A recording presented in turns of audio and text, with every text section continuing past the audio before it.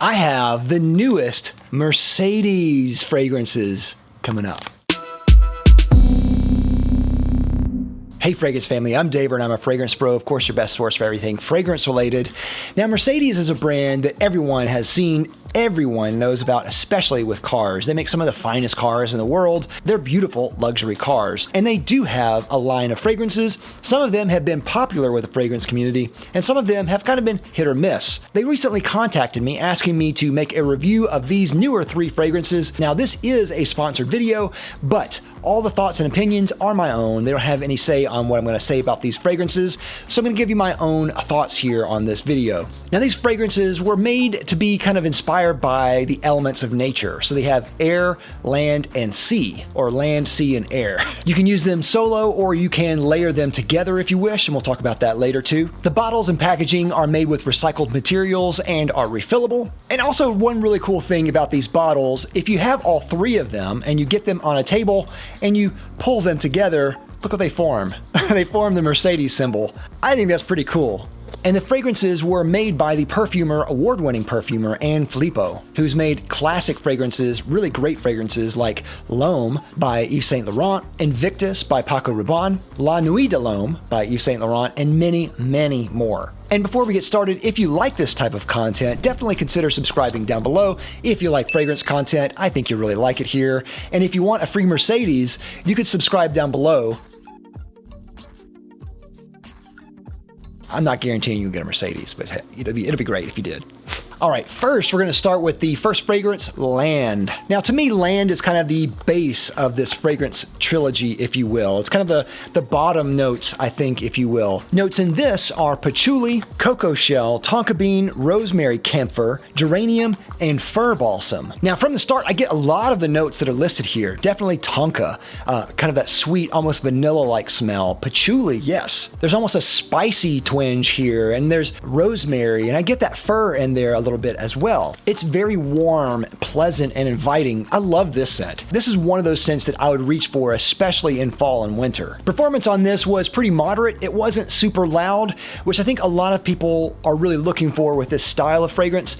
It wasn't super loud. I'm okay with that personally. To me, this had kind of a moderate projection. It lasted about 6 to 8 hours on me, maybe a little bit longer, but around the 8-hour range. It's great for casual especially, but also great for work. And I think this could be really worn on a date as well because of how inviting and cuddly it is. I really like this fragrance, especially at the start. And there's almost like this gourmand-like quality that really calls out to me personally. This is a very good fragrance. I think my only critique really is that it seems almost by the books. Like when you smell this, it smells very nice and you don't really have any complaints about it, but you think that there might have been something more they could have done here. By itself, it's not really an attention-grabbing type of scent, which again, I'm okay with, but some people really like those kind of louder, kind of more unique style fragrances. It's a very understated fragrance, not seeking attention, kind of just a personal kind of bubble type of scent. I like that aspect about this, and I like reaching for scents like that. But I think some people out there who like the more adventurous scents might think this is a little bit on the boring side. All right, next scent is Sea. And of course, from the name here, you are correct. This is an aquatic type of scent.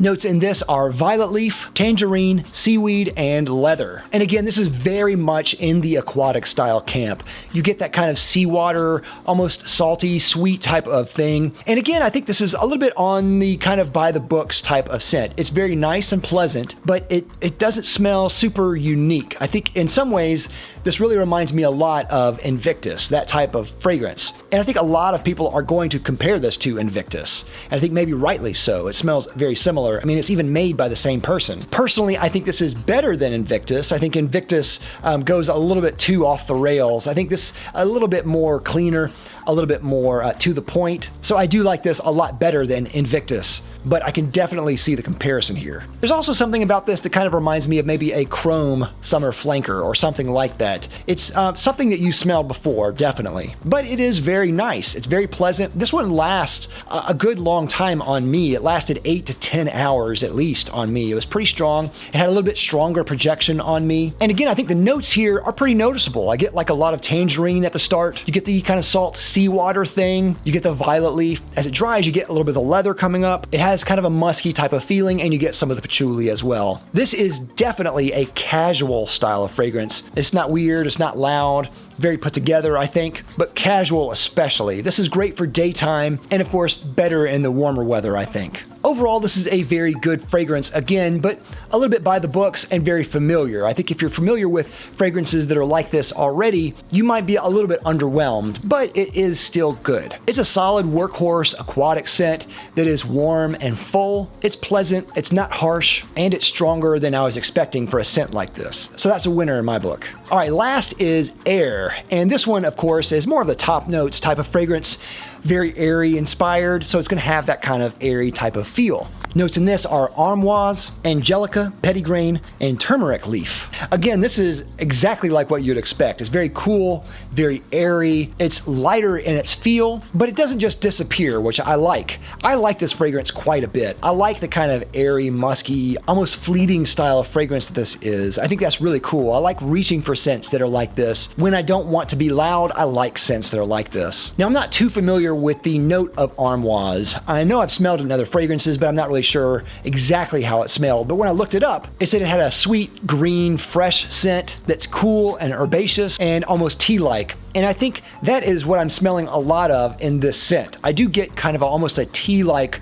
finish on this scent. And this is a very cool and herbaceous type of smell. It's musky, but there is like almost a green twinge here. Great. I think that the armoise is kind of doing a lot of the heavy lifting in this scent. And I think it's a beautiful type of scent. It did a little bit better than I was expecting for a scent like this. I got about 6 hours out of this, maybe a little bit more, which is not a whole lot, but that's more than I was expecting for this type of airy type of scent. So not too shabby for a scent called Air. Again, this one doesn't break any new ground. I think this type of scent is one of those scents that is kind of under the radar. It's definitely going to be understated. It's not going to really stand out a lot, but I don't think that these scents are really going for that type of feel. So I don't necessarily know if that's a valid criticism necessarily, but it is very nice. I like Air quite a bit. All right, now I did try these together just to see how they would be. I started with Land, 2 sprays, and then Sea, and then Air in the last. And I have to say, I think that together, all 3 of them do make the scent better. I think overall, when you combine all 3 of them, you get kind of a fuller realization of what the scent is supposed to be. I think that's really cool. I think it's interesting how they made these 3 scents together, because Land, it does seem is more kind of bass notes heavy, and then you have Sea, which has a lot of notes in there, but you have Air, which is more top notes heavy. So having all 3 of them together kind of gives you almost like a super fragrance. When I wore them all together, I will say that I still got Sea more than all of the other ones. So I got more of an aquatic type of scent, but I still got some of the other fragrances in there as well. I got some of that kind of airy quality. I got some of that kind of armoise, the freshness in there that changed the way that the top of Sea smelled. So it had a little bit more of a rounder, different type of top note when I wore all of them together.